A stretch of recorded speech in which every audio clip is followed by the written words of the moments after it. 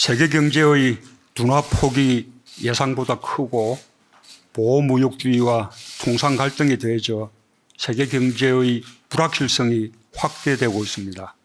이에 따라 무역 의존도가 높은 우리 경제에 어려움이 가중되고 있습니다. 이럴 때일수록 냉정하고 차분하게 대응해야 할 것입니다. 오늘 세계적인 국제신용평가사 무디스가 우리나라의 국가신용 등급을 중국이나 일본보다 2단계 높은 AA2의 현재 수준을 유지한다는 발표를 했습니다. 등급 전망도 안정적으로 평가했습니다. 우리 경제와 재정의 기초가 그만큼 견실하다고 평가한 것입니다.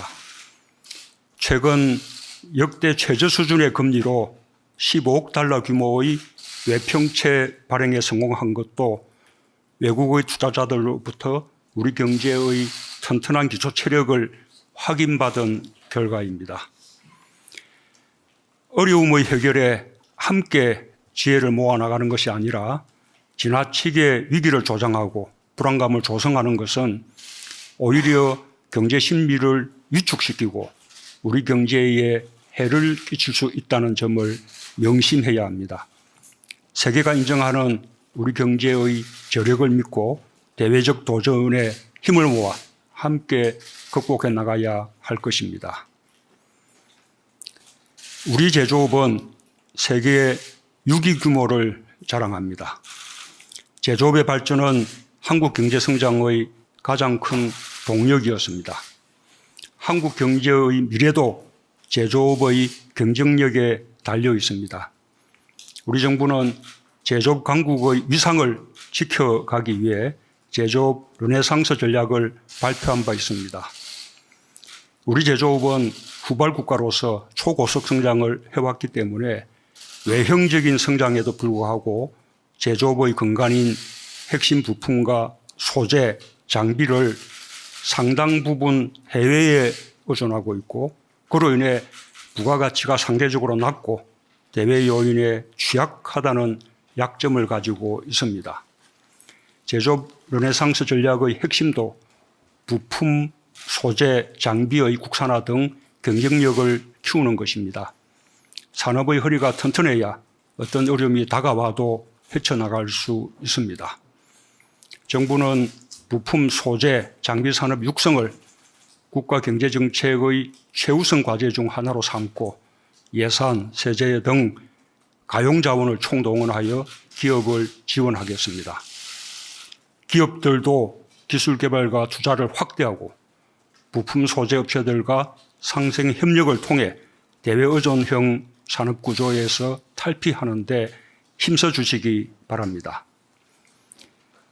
최근 일본의 무역 제한 조치에 따라 우리 기업의 생산 차질이 우려되고 전 세계 공급망이 위협을 받는 상황에 처했습니다. 상호 호혜적인 민간 기업 간 거래를 정치적 목적으로 제한하려는 움직임에 대해 한국뿐 아니라 전 세계가 우려하고 있습니다. 전례 없는 비상황 상황에 무엇보다 중요한 것은 정부와 경제계가 긴밀하게 소통하고 협력하는 것입니다. 상황의 진전에 따라서는 민관이 함께하는 비상대응 체제 구축도 검토해야 합니다.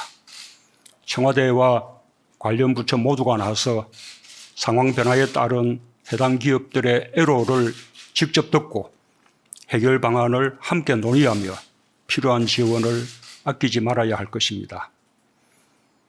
한편으로 정부는 외교적 해결을 위해서도 차분하게 노력해 나가겠습니다.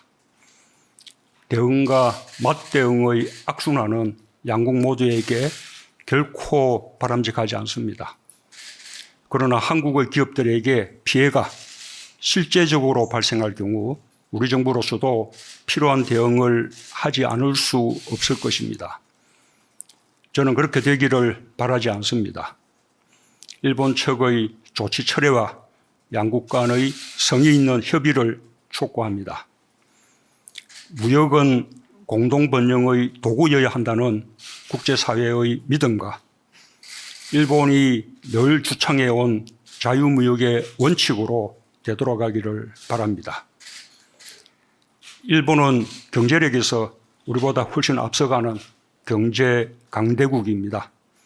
여야 정치권과 국민들께서 힘을 모아 주셔야 정부와 기업이 어려움을 헤쳐나갈 수 있을 것입니다. 정부는 기업과 함께 기업의 피해를 최소화하는 단계적인 대응과 처방을 빈틈없이 마련하겠습니다. 한편으로 중장기적 안목으로 수십 년간 누적되어 온 우리 경제의 구조적 문제를 해결하는 계기로 삼겠습니다.